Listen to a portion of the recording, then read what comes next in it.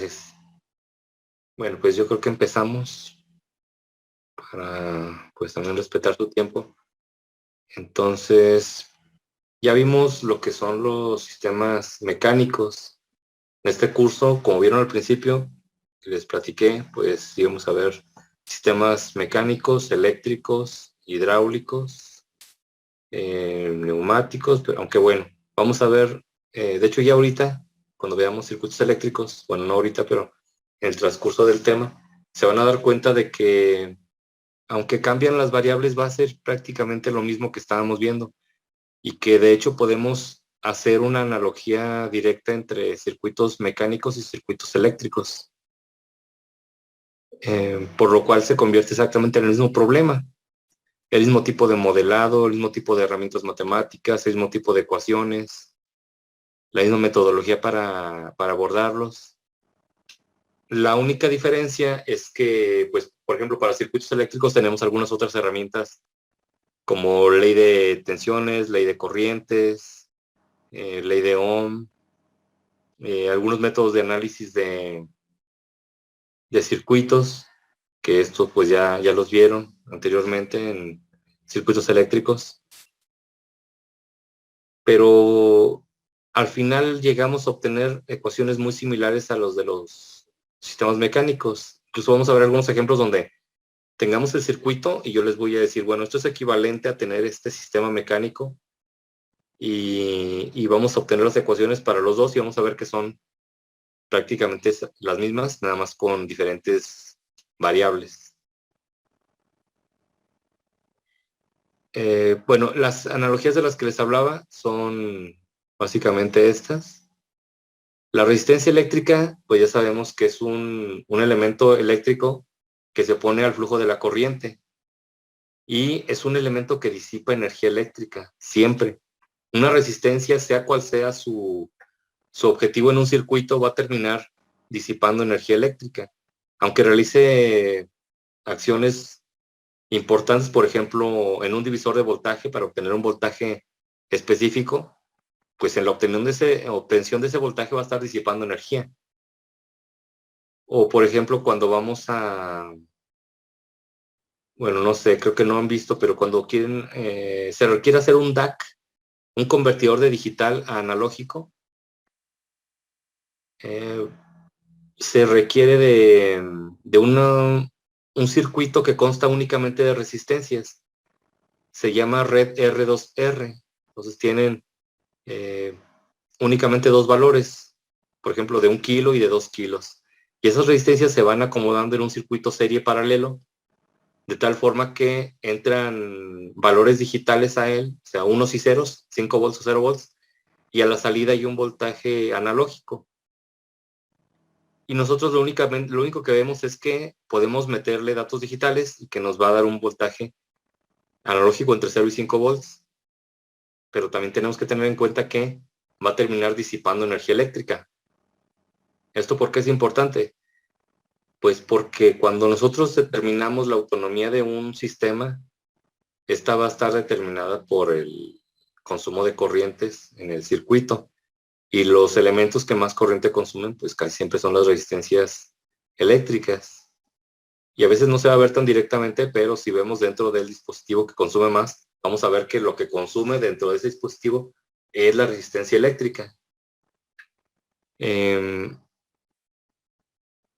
Y el elemento análogo a la resistencia eléctrica en sistemas mecánicos es el amortiguador, porque si recordamos, el amortiguador es el elemento que disipaba energía, en ese caso mecánica, pero energía a fin de cuentas.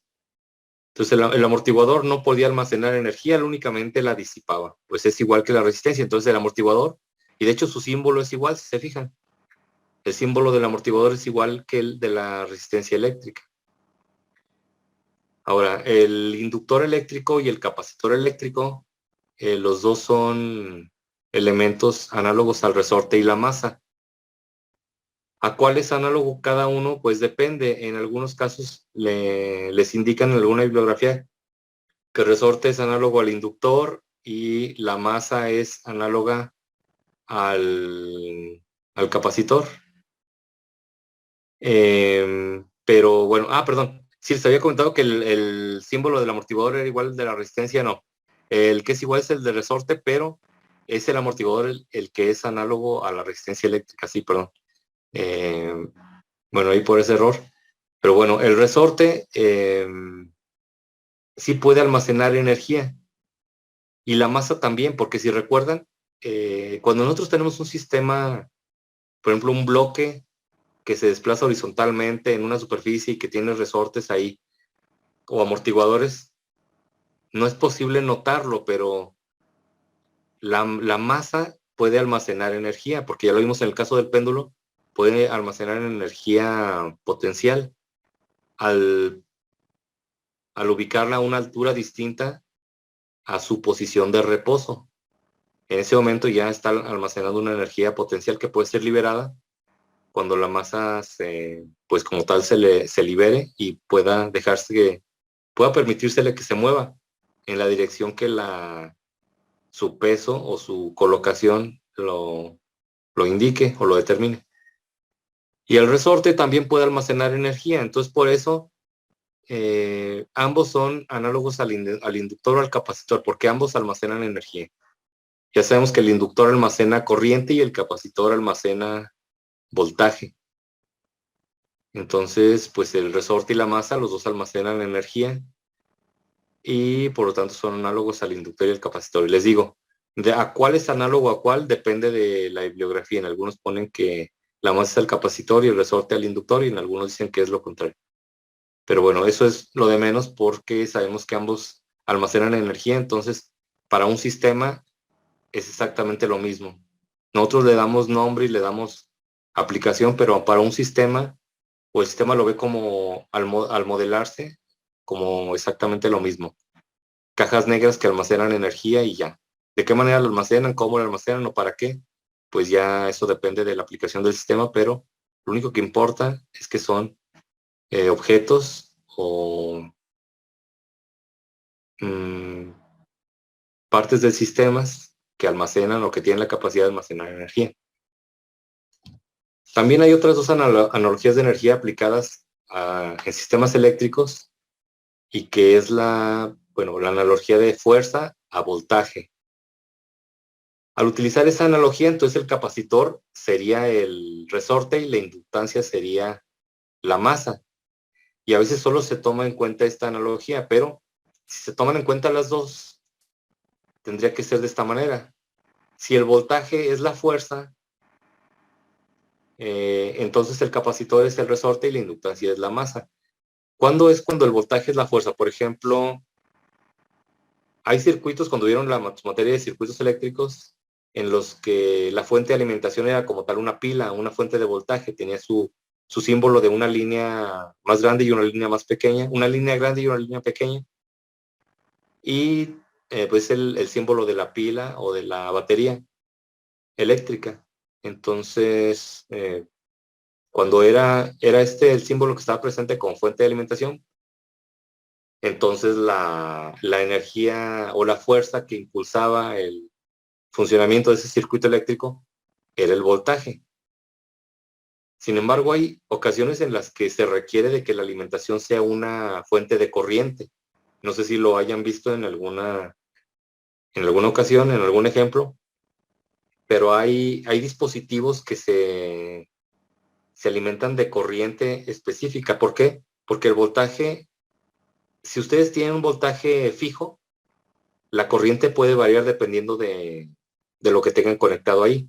Pero si ustedes tienen una fuente de corriente fija, la corriente no va a variar por nada del mundo.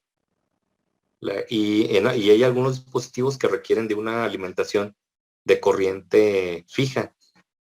Por ejemplo, hay sensores que funcionan con unos parámetros o un rango de corrientes que, pues hace que si no se alimentan con esa corriente no van a funcionar correctamente.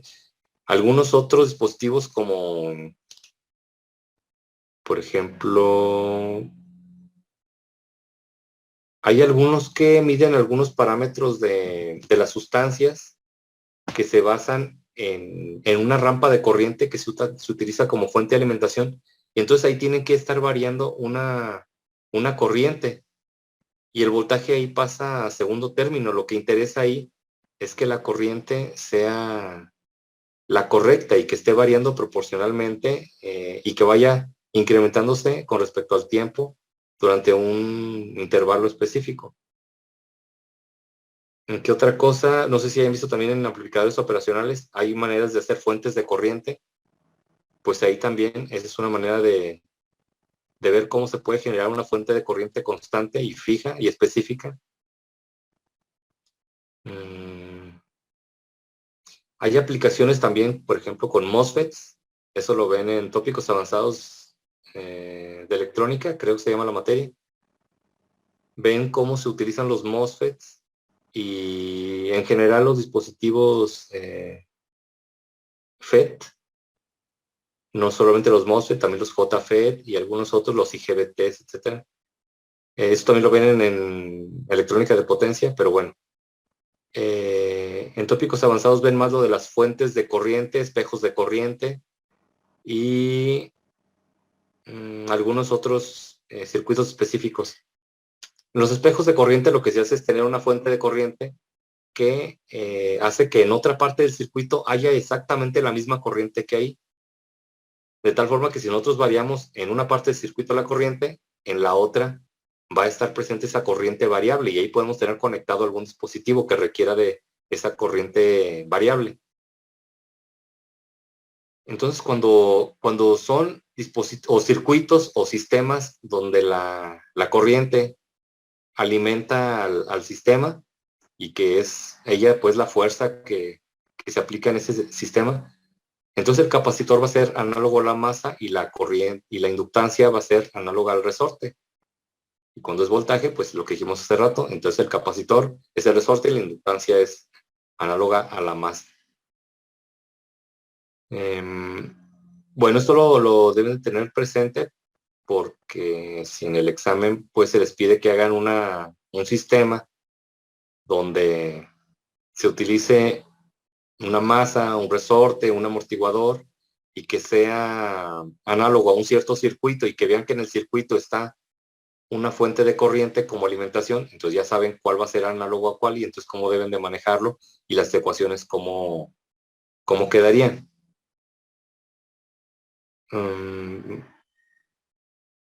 ¿Qué otra cosa? Bueno, las aplicaciones, bueno, ya las comentamos ahorita.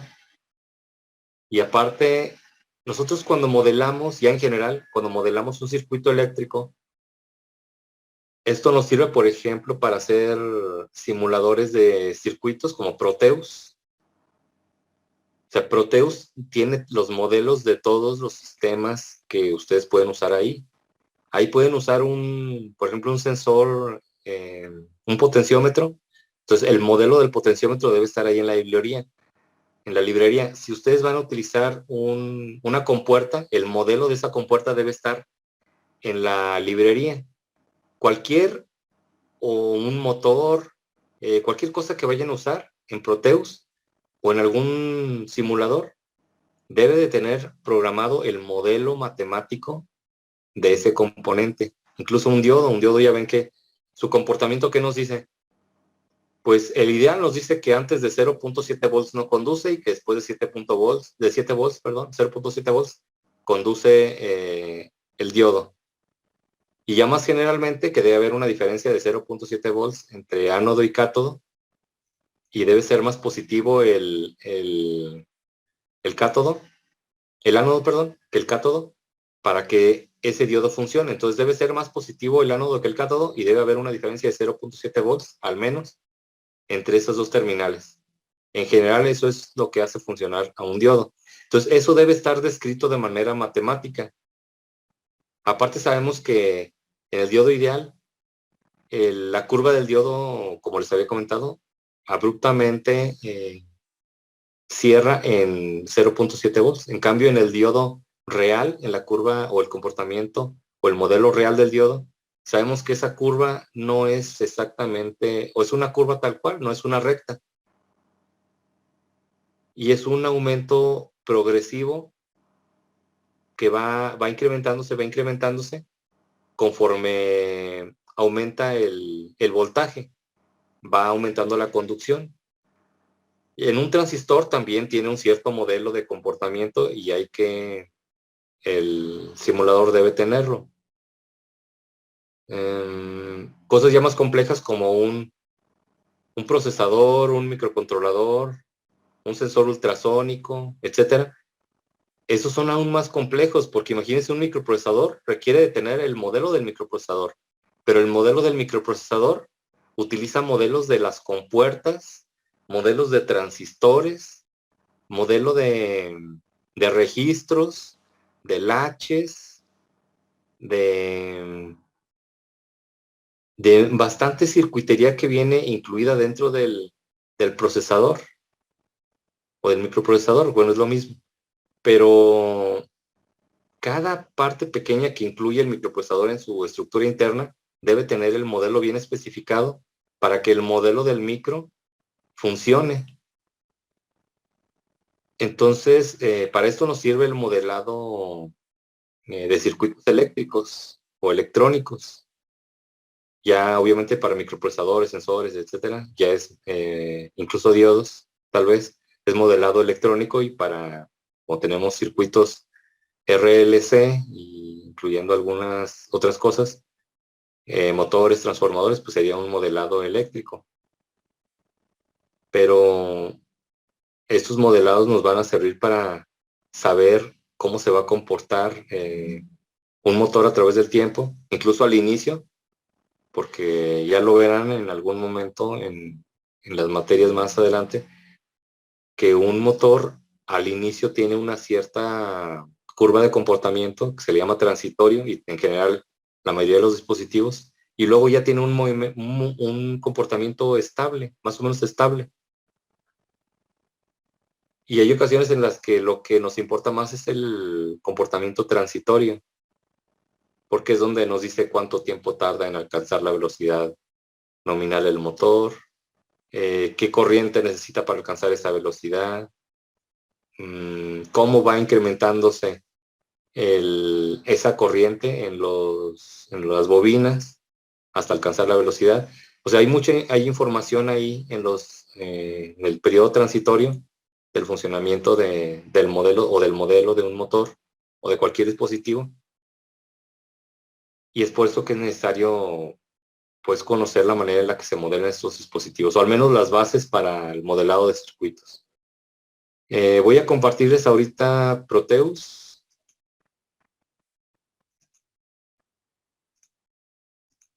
Aquí estamos en Proteus. Vamos a ver algunos ejemplos de lo que les comenté.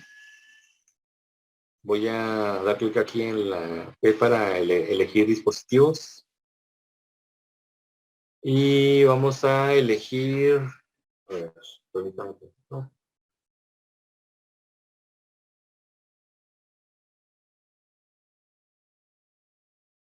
¿Ustedes ya vieron, conocen Proteus? ¿Lo han utilizado?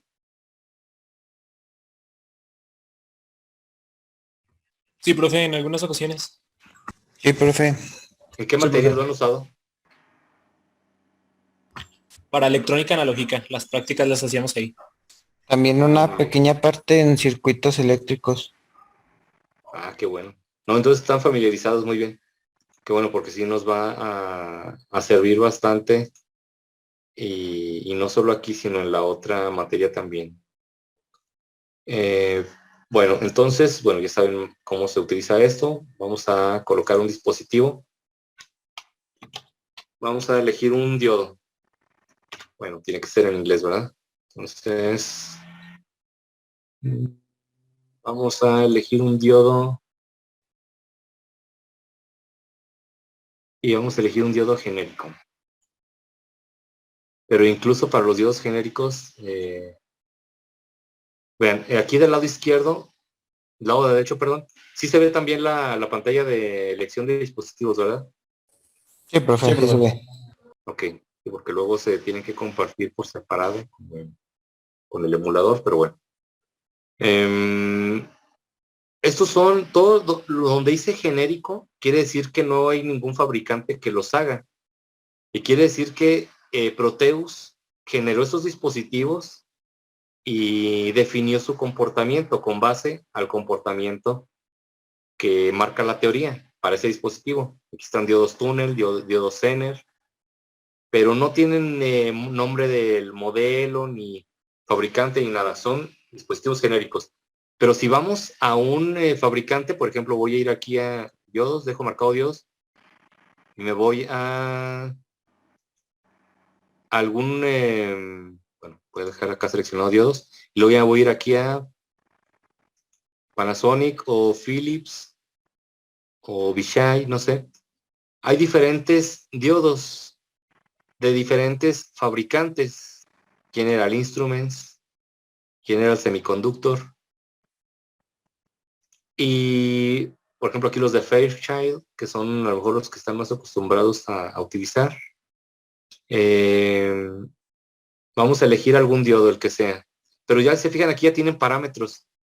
Estos son diodos Zener, y aquí ya tienen el voltaje al que funciona, la corriente. En los genéricos, generalmente nosotros podemos cambiar sus parámetros, estos no.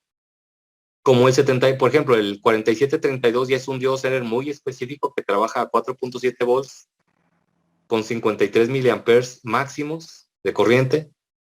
Entonces no hay modo de cambiar sus parámetros. En los genéricos sí. Ahí nosotros le decimos a qué voltaje queremos que funcione, cuál es su corriente máxima, en fin, nosotros la configuramos como nosotros queramos y se va a comportar de acuerdo a la teoría de ese dispositivo. En cambio, si nos vamos a cualquier fabricante, podemos checar aquí que ya tiene cada uno sus características y debe de marcar, por ejemplo, bueno, aquí no se ve tanto, aquí se ve nada más que en la descripción sí contiene unas ciertas características, y todo esto corresponde a las características del modelo del dispositivo. Pero si nos vamos, por ejemplo, a un microcontrolador, a un PIC, por ejemplo, o a cualquiera que... Vamos a escoger cualquier PIC. Si se fijan, aquí dice BSM DLL Model. O sea, quiere decir que para este micro, el PIC 12F 1572, Proteus posee una librería donde incluye este dispositivo, el modelo de este dispositivo. Aquí lo indica. Y este modelo le dice a Proteus cómo funcionan sus entradas con relación a sus salidas, cómo procesa la información internamente, en qué formato hay que mandarle el programa, cuál es su frecuencia máxima de funcionamiento, cuál es el tamaño de memoria que tiene en flash, en RAM, en ROM, etc. Entonces, este modelo nos dice cómo va a funcionar. Y así para todos los dispositivos que encontremos. Si vemos motores, también vemos que aquí, por ejemplo, este motor nos da aquí que tiene un modelo, pues tiene un modelo matemático que define el funcionamiento de este motor. Si no lo tuviera, quiere decir que no vamos a poder utilizar este dispositivo. Digo, esto les puede servir en general para Proteus cuando lo usan, porque hay veces que agregamos librerías y no están completas, o no trae la librería el Proteus, pero sí trae el bloque. ¿Para qué? Pues para que podamos nosotros hacer conexiones, diseñar PCBs, porque trae ahí más o menos la distancia entre pines, etcétera, pero incluso eso a veces viene incluido solo en el modelo. Vamos a ver otro micro. Ahora, bueno, el que usamos en la materia es el Atmega 328P, o es el que vamos a utilizar en la materia. Y se fijan, bueno, también tiene el modelo. El modelo se llama ABR2 y es un DLL, un archivo DLL que contiene toda la información del modelo del chip. Por ejemplo, si nosotros escogiéramos este circuito, este microcontrolador, y aquí no nos aparece esto, quiere decir que Proteus no tiene el modelo de este micro. y que no lo vamos a poder usar. Y que aunque lo pongamos aquí en el área de trabajo, a la hora que le carguemos el código y ejecutemos la simulación, nos va a marcar un error y nos va a decir que no existe el modelo del circuito U1. Y eso es porque no está la librería completa. Cuando nosotros hacemos un circuito en el que ponemos fuentes, bueno, estos sí están ya más familiarizados porque ya lo han hecho, como ustedes dicen, en circuitos.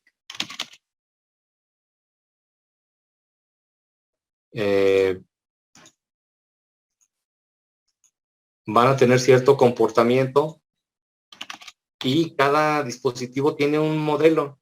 Aquí les marca Analog Primitive. ¿Qué quiere decir eso? Pues que es bueno, no sé si alguien ha hecho programación gráfica, pero en programación gráfica se le llaman primitivas a todos los trazos básicos que podemos hacer en una interfaz gráfica. Por ejemplo, una línea, un círculo, un cuadrado, un punto. A todo eso se le llaman primitivas, porque con base en esas podemos hacer muchas figuras. Por ejemplo, en base a un triángulo, podemos hacer modelos tridimensionales basados en triángulos, ya sabemos que mientras más pequeños sean los triángulos, pues más cercano a la realidad va a ser el modelo 3D. Cuando recién salieron cuando recién se pudo emular o presentar imágenes tridimensionales en pantalla, se veían muy burdas porque eran hechas con pocos triángulos, porque mientras más triángulos, pues obviamente más potencia de procesamiento se necesita para poder presentar tal cantidad, primero dibujar tal cantidad de triángulos, luego darles movimiento, darles textura, color, brillo, etcétera. Pues es muchísimo procesamiento lo que se requiere. Pero bueno, el punto es que todo eso está basado en primitivas, que son líneas, puntos, triángulos, etcétera. Entonces aquí es lo mismo. Nosotros no tenemos algo menos que un capacitor, no tenemos algo menos que una resistencia, no tenemos algo menos que un inductor. ¿Por qué? Porque esos son los primitivos o los elementos primarios que nos permiten realizar varios componentes. Por ejemplo, memorias basadas en capacitores, pantallas capacitivas, o sea, se basan en el modelo del capacitor. Por eso aquí no viene un modelo como tal, porque es una primitiva. En cambio, en el microcontrolador sí venía el modelo, porque dentro del microcontrolador, como les decía, pues hay compuertas, hay capacitores, hay flip-flops, latches, registros, y cada uno tiene modelos más pequeños en los cuales se basa. Entonces podemos irnos al modelo más pequeño, que sería capacitores, resistencias e inductores. Y a partir de ahí hacer cosas pues más grandes. Bueno, voy a colocar aquí el capacitor. Y bueno, ahí podemos tener nuestro circuito. Y nuestro circuito consta de 3 modelos, uno de una fuente de directa, uno de una resistencia y uno de un capacitor. ¿Cuál es el voltaje que hay en este punto? Bueno, para eso primero tendríamos que poner una referencia para decir que queremos saber el voltaje con respecto a este punto. Y luego ahí podemos poner un multímetro y podemos hacer la simulación y ahí nos va a dar el nivel de voltaje. Y si nosotros lo graficamos con un osciloscopio, vamos a ver que pues, la carga del capacitor se va a ir dando poco a poco hasta que llegue a un valor máximo. Si nosotros lo analizamos con un multímetro, solo nos va a parecer que el voltaje ya es el voltaje máximo, tal vez.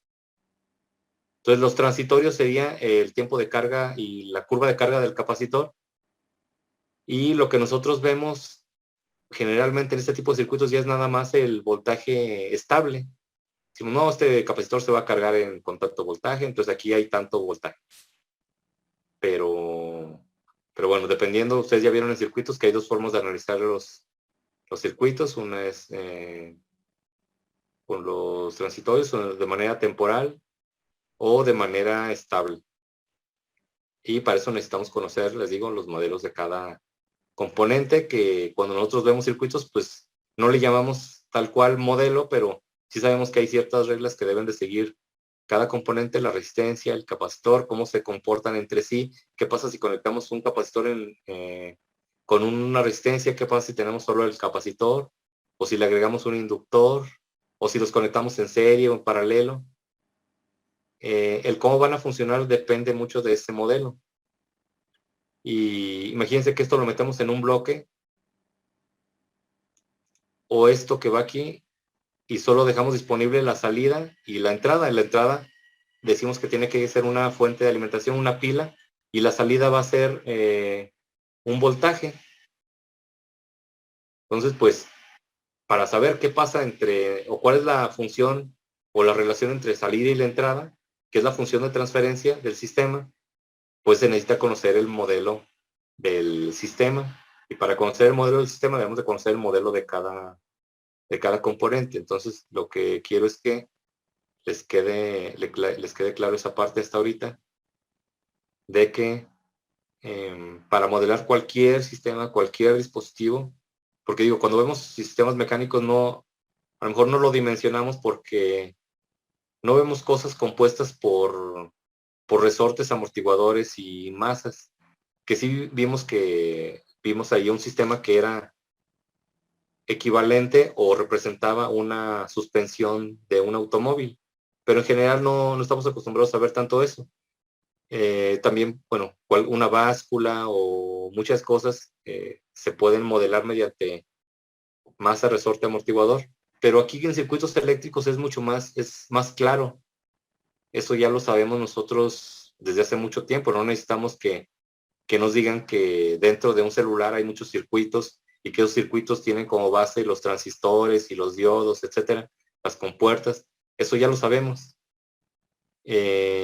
Pero bueno, es bueno saberlo aquí ahora que vamos a ver modelado de circuitos eléctricos, porque debemos de dimensionar eso de que estos circuitos o estos componentes que vamos a ver forman parte de sistemas mucho más grandes y que pueden ser muy complejos.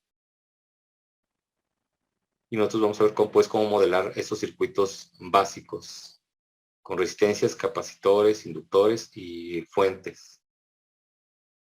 ¿Qué otra cosa? Pues que está pendiente hasta ahorita la práctica, la primera práctica. No hemos realizado todavía prácticas en esta materia. Y no hay muchas, son muy poquitas, pero de hecho la primera es una práctica sobre el modelado de sistemas mecánicos, eléctricos, hidráulicos, etcétera. Entonces yo creo que si hacemos eso, pues va a ser una práctica muy pesada. Entonces mejor la voy a dividir en 2 o 3 prácticas, y así hacen una práctica sobre sistemas mecánicos para que quede solo ahí, aunque es que ahí las juntan, en el programa las juntan porque, como les comento, que son análogos los sistemas mecánicos eléctricos, pues asumen que es lo mismo y que no hay necesidad de diferenciarlos o de separarlos. Pero yo creo que sí es mejor que hagamos una práctica solo para sistemas mecánicos, y ya posteriormente, cuando acabemos este tema, hagamos otra práctica para sistemas eléctricos. Entonces, la próxima clase les voy a asignar la práctica. Bueno, la puedo asignar ya ahorita, en el transcurso del día. Ahorita se va a acabar la reunión. Se reúnen, por favor, otra vez, que todavía queda algo de tiempo para la clase, apenas son 3:11. Entonces, ahorita que se termine, se unen de nuevo, por favor. Si quieren, ya dejo de comentar para que no quede algo a medias.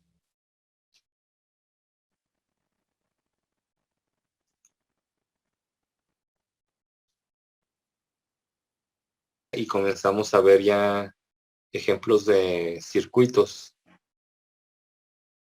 Nada más que, bueno, lo que les quería comentar también y aprovechar la clase es que para poder ver bien, y por eso no lo vemos hoy, para darles oportunidad a que puedan retomar sus apuntes un poco, Igual esto sí no es tan complicado, a lo mejor lo de las ecuaciones diferenciales y los temas de ecuaciones sí es un poco más complicado porque está más lejano, o sea, hace más tiempo lo vieron, ya tiene mucho que lo vieron. Entonces, de repente se olvida o por falta de práctica también se pierde un poco del concepto y se olvida un poco los métodos para resolver las ecuaciones y esto. Pero lo de circuitos pues está un poco más cercano y aparte pues lo siguen utilizando en muchas materias porque muchas implican el cálculo de corrientes, voltajes o reducción de circuitos, etcétera. Entonces, por favor, estudien o repasen un poco lo que es la ley de Ohm, leyes de corrientes y voltajes de Kirchhoff, análisis de circuitos eléctricos en general, y pues ya saben, vamos a utilizar otra vez ecuaciones diferenciales y todo lo que vimos en el tema anterior con sistemas mecánicos. Entonces, por favor, estudien pues análisis de circuitos, eh, ley de Ohm, básico, pues lo básico, lo más básico es la ley de Ohm, circuito serie paralelo, leyes de corrientes y voltajes de Kirchhoff, que pues se utilizan precisamente para eso, para poder comenzar bien y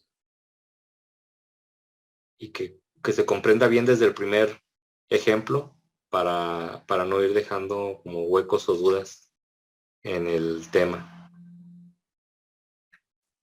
¿Y qué más necesitarían? Pues yo creo que nada más. Es que sí vamos a ver varias cosas. O sea, por ejemplo, si vamos a ver un circuito de 2 mallas o 3 mallas, se va a plantear las ecuaciones por malla, ya sea por malla o por nodos. Y para llegar a estas ecuaciones, pues necesitan acordarse de las leyes de corrientes y voltajes de Kirchhoff, porque si no, pues a lo mejor sí les va a quedar claro ya cuando vean ahí la ecuación y la ecuación diferencial y la van a poder resolver o interpretar, pero la manera de llegar a esa ecuación no. Entonces se va a revertir el problema del tema pasado, donde a lo mejor sí les queda un poco claro lo de cómo llegar a la ecuación, pero no tanto cómo resolverla, porque ya habían perdido un poco de práctica o no se acordaban muy bien del curso de ecuaciones diferenciales. Entonces, pues aquí puede ser lo contrario, que ahora como ya repasaron más lo de ecuaciones diferenciales, ya lo que les cause un poco de problema sea lo de la parte de los circuitos. Entonces, por favor, estudien ley de Ohm, ley de corrientes y voltajes de Kirchhoff, análisis de circuitos eléctricos en general, circuito serie paralelo y ya. O sea, obviamente con que estudien circuitos serie paralelo, ahí va a venir todos esos temas porque pues, siempre se dan a la par. Pero bueno, se los digo por separado para que tengan en claro qué es lo que vamos a estar utilizando. No sé si tengan dudas hasta aquí.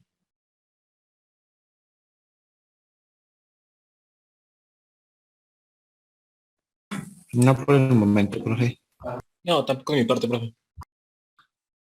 Ok, entonces voy a tratar de lo que platicamos ahorita, ponerlo en un documento. De hecho, ya ahí tenía un bosquejo y subírselos ahí a la plataforma para que lo tengan como referencia, ya que es tema nuevo. Y ya de ahí los ejemplos sí los vamos a empezar a hacer como lo estábamos haciendo para el tema anterior, mediante el pizarrón, para que sea pues un poco más dinámico y más ilustrativo y no vean el ejemplo nada más ahí, sino que lo estemos resolviendo. Bueno, yo creo que quedamos aquí el resto de la sesión, pero les digo, no quiero empezar sin que antes repasen un poco esos temas. Entonces quedaría aquí abierta la sesión por si tienen dudas o algún comentario. y ya, no sé, al 15 o 20 para las 4 ya cerraré la sesión. Yo la dejo abierta porque pues están checando ya desde hace tiempo las reuniones, las videoconferencias, las clases, y de hecho van a checar desde de la DES, que es digamos que el departamento que regula todo la parte académica eh, de todos los campus. Entonces es desde área central y pues van a estar monitoreando las clases. Igual no todo el tiempo y no todas las clases, pero supongo que va a ser un monitoreo así al azar. Entonces quieren checar que se estén dando las clases, que los alumnos estén presentes, que estén abordando los contenidos y esto. Entonces, pues, por eso, todos ya anteriormente lo habíamos hecho así, de que yo dejaba la sesión hasta que terminara casi el tiempo de la clase. Pero bueno, ahorita pues ya va a ser prácticamente siempre en todas las sesiones, dejar que se llegue hasta el final. Y ya cuando terminamos la clase, como ahorita, que es una razón especial porque no quisiera que repasaran primero eso. Ya en clases siguientes, pues va a ser más común que nos falte el tiempo.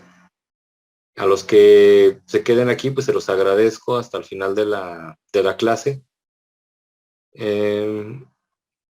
Y pues sí quedaríamos solo para resolver dudas. Salvo que alguien tenga alguna duda ahorita, pues la abordamos. Y si no, pues aquí quedamos, les digo, hasta el 15 o 20 para las 4 y ya finalizamos la sesión.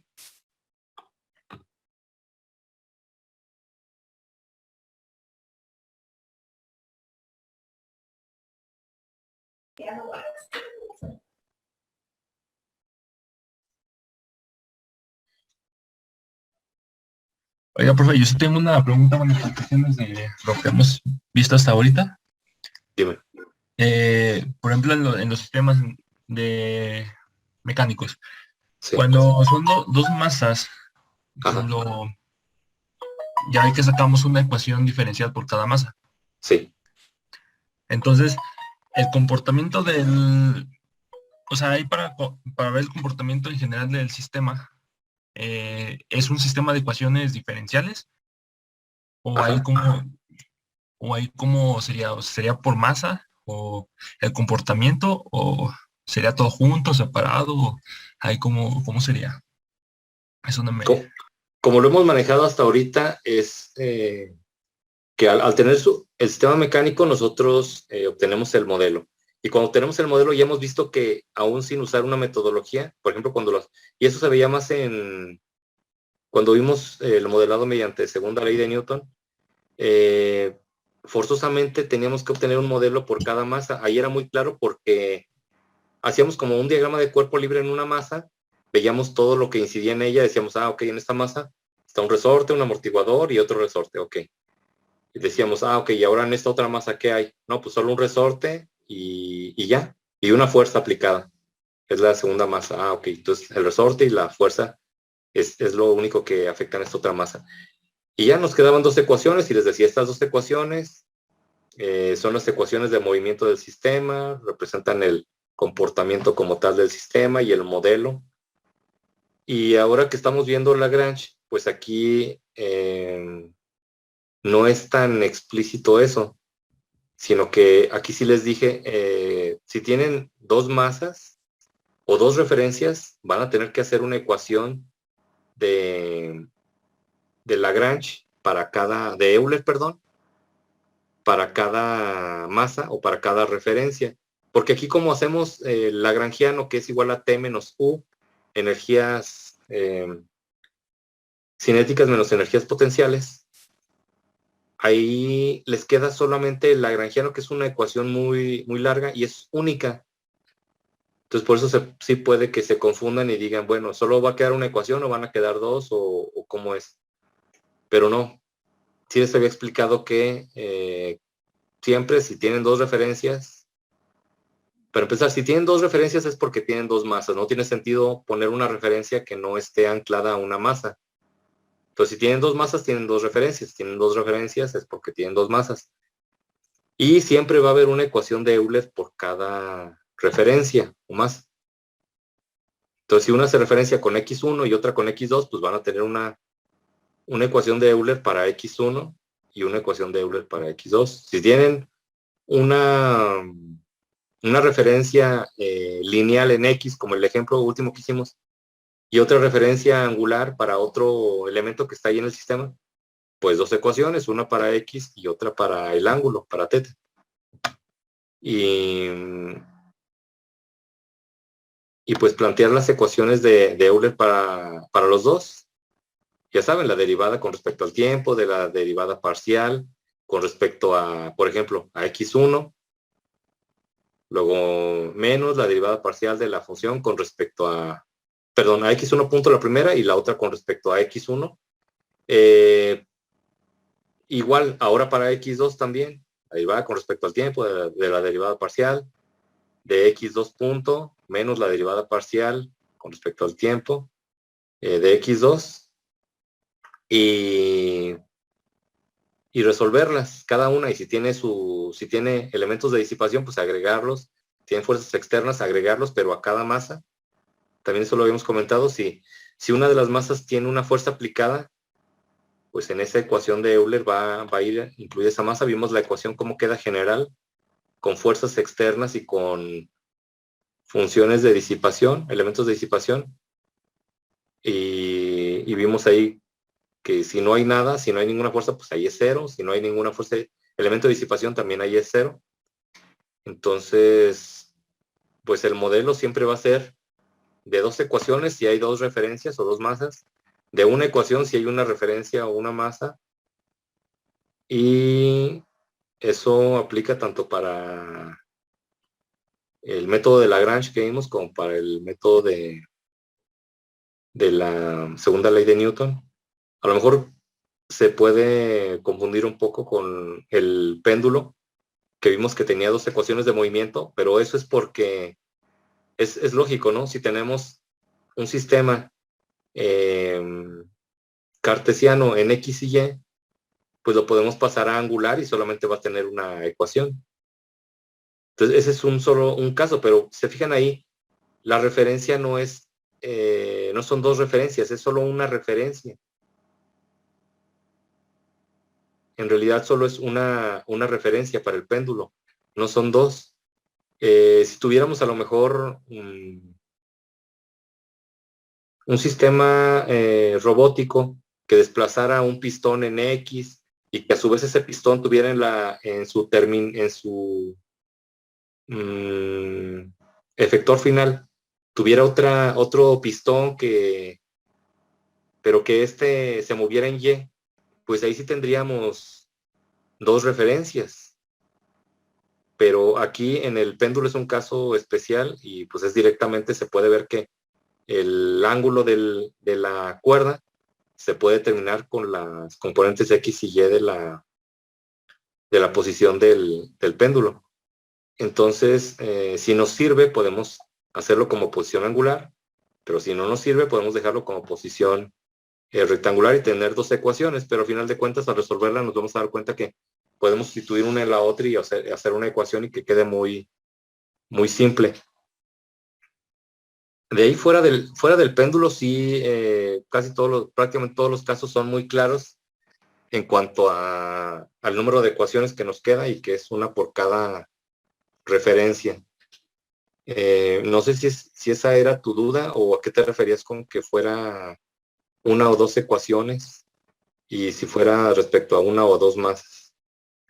Sí, bueno, el ejemplo donde me confundí más o menos Ajá, es cuando tenemos dos masas, sí, y ya sacamos una ecuación diferencial de una y la otra ecuación diferencial sale de la otra, ¿verdad?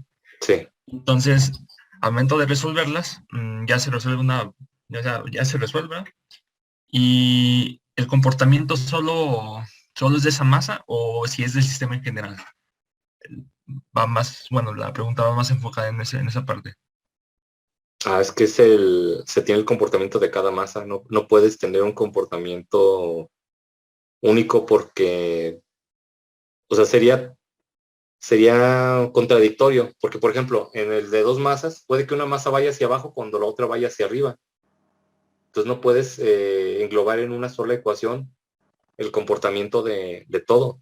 Es tal cual, una ecuación define el comportamiento de una masa y la otra define el comportamiento de la otra. Y es por eso que incluso cuando hacemos el espacio de estados, nos quedan 4 variables, 2 dedicadas a una ecuación y otras 2 dedicadas a la otra ecuación, porque como tal son dos, se puede ver como dos subsistemas y cada una tiene su propio comportamiento.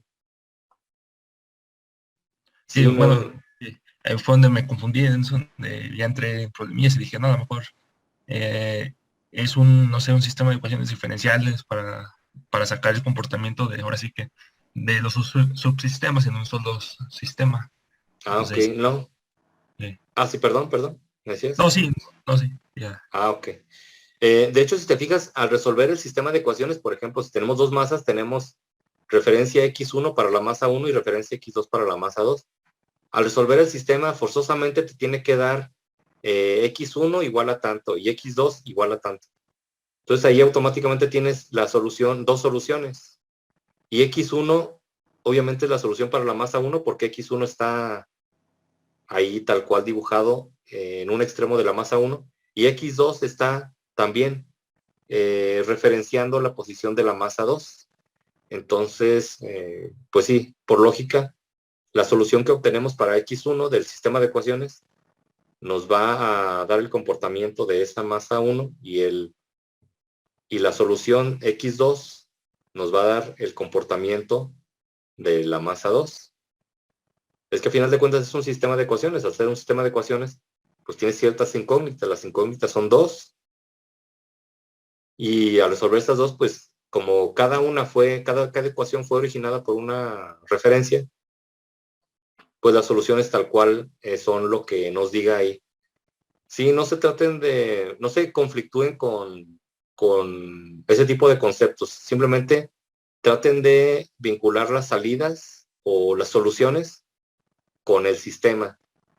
O sea, si obtienen dos soluciones, x1 y x2, pues automáticamente asígnenselas al sistema en la parte donde está esa x1 y esa x2. Ya en el diagrama, si ven que x1 está en la parte de arriba de la masa 1, pues quiere decir que esa x1 les va a decir ese punto exacto, cómo se va a mover. Y la gráfica que vean les va a decir con qué frecuencia se va a mover, qué tanto se va a mover y de qué manera. Porque en algunos sistemas se va a ver que es un comportamiento, digamos, caótico y en otros va a ser un comportamiento oscilatorio, digamos, como movimiento armónico simple, pues.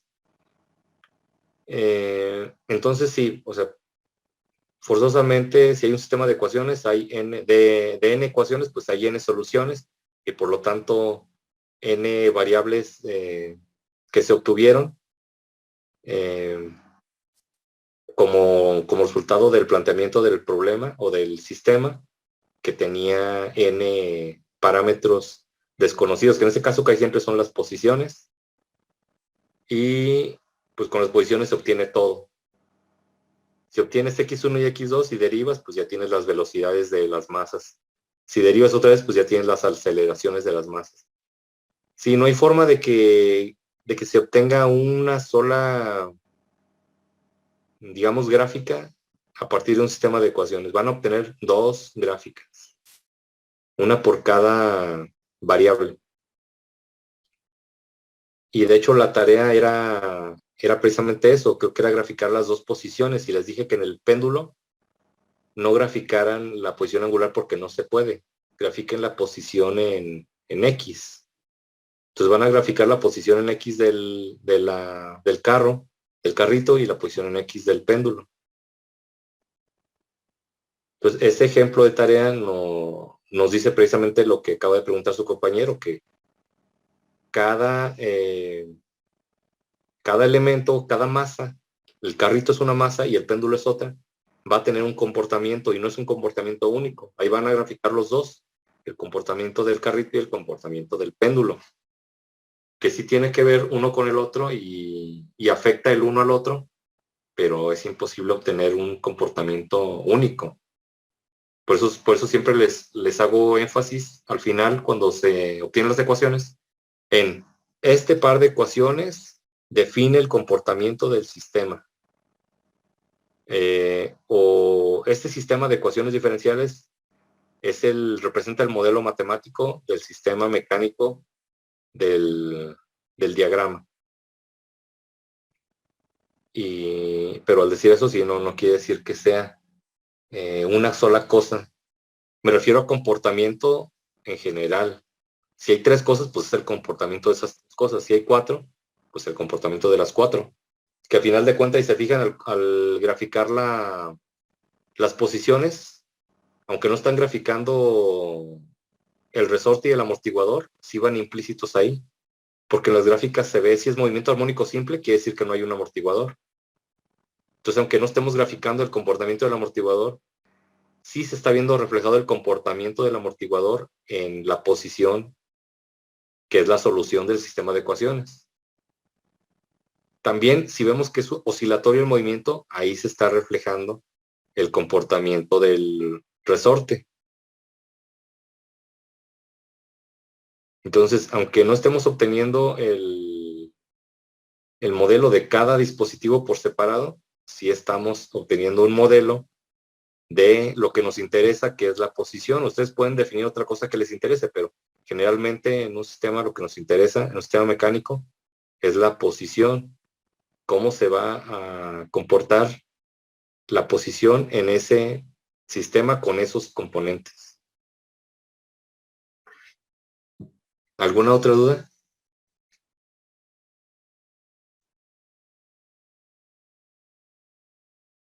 Por mi parte no, pero ya esa es la única que tenía. Ok, gracias.